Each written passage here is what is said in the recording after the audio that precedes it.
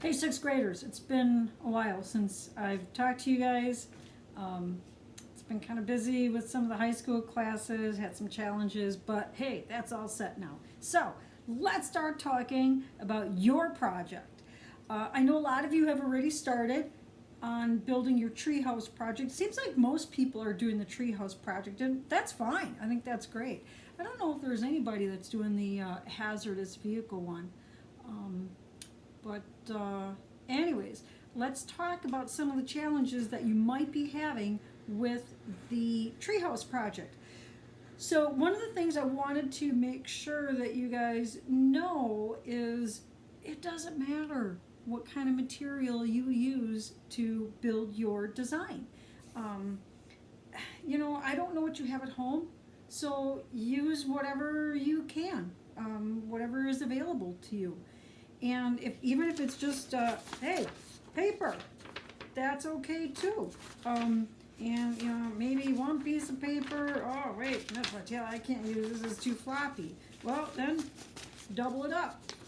Or maybe even take some magazine paper and oops, sorry, that's my daughter's magazine. So maybe even take some magazine paper to reinforce the paper. Here's some other ideas that you can use.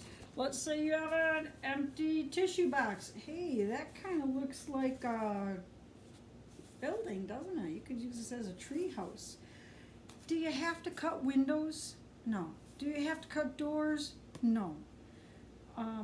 Only if you want to. Be careful with that because I don't want you guys cutting your fingers. I don't know what you're using, depending on what your parents are letting you use, but I don't care if you even just like draw with markers, crayons, pencils, pens, whatever, where your windows would be on your prototype model.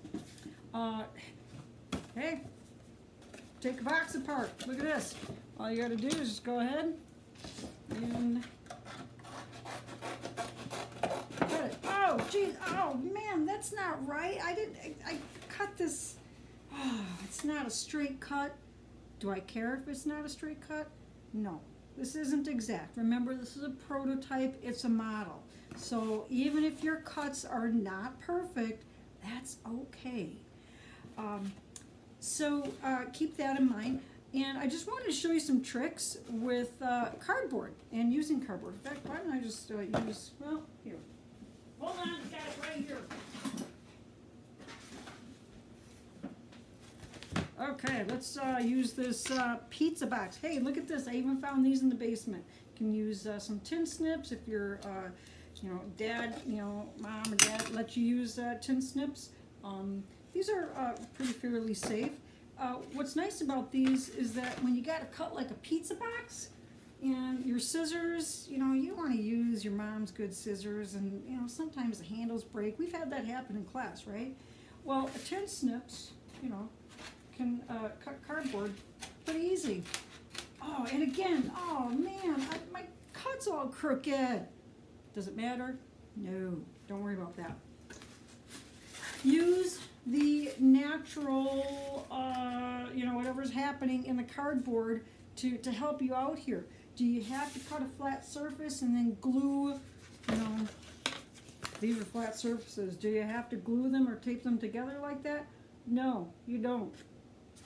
If you want to, use these bends in the cardboards that are naturally happening in that product, hey, go ahead, use that because that's going to make life a lot easier for you. Here's how you can do that. So if I want to make a wall here, and yeah, I know my wall is off. If I want to connect these two, well, I can go ahead and use that flap and then glue here and glue here. And look at that. I'm not struggling with tape. I'm not struggling with anything. Just let that sit for a day. And now I've got a wall where I can make a corner. Okay? So remember, the walls, when you're thinking about constructing it, don't have to come together like that. Use what is there. Glue, glue, put it together. And now life is easier because you're using the natural occurring, what do you want to call them? I don't know, bends in the cardboard. Okay, roofs. Let's talk about roofs. Does your roof have to be exact? No, it does not. You know, I'm going to use this cardboard here. Oh, hey, here's something. Let's say I've got my wall like this, all right? Do I have to use cardboard for the roof? No. Can I use paper for the roof? Yeah, go ahead, use paper for the roof. Does your roof have to be angled? Only if you want to do that. What if maybe, oh, hey, how about if I use, I don't know, straws or something to just make like a structure here and then put paper on that? That's fine too, go for it. But I wanted to show you how to attach a roof, if you want to do a roof. It's a good thing I don't need the popcorn box anymore. All right, so how do you make life easy for yourself here when you want to put a roof on? So you go ahead and make little cuts like that. So what I did, let me see if you can see that. So I made a cut there, right? So now I'm going to bend that. Can you see that? Right there. Right here. Yeah, you can see that, okay? And let's say this is my roof.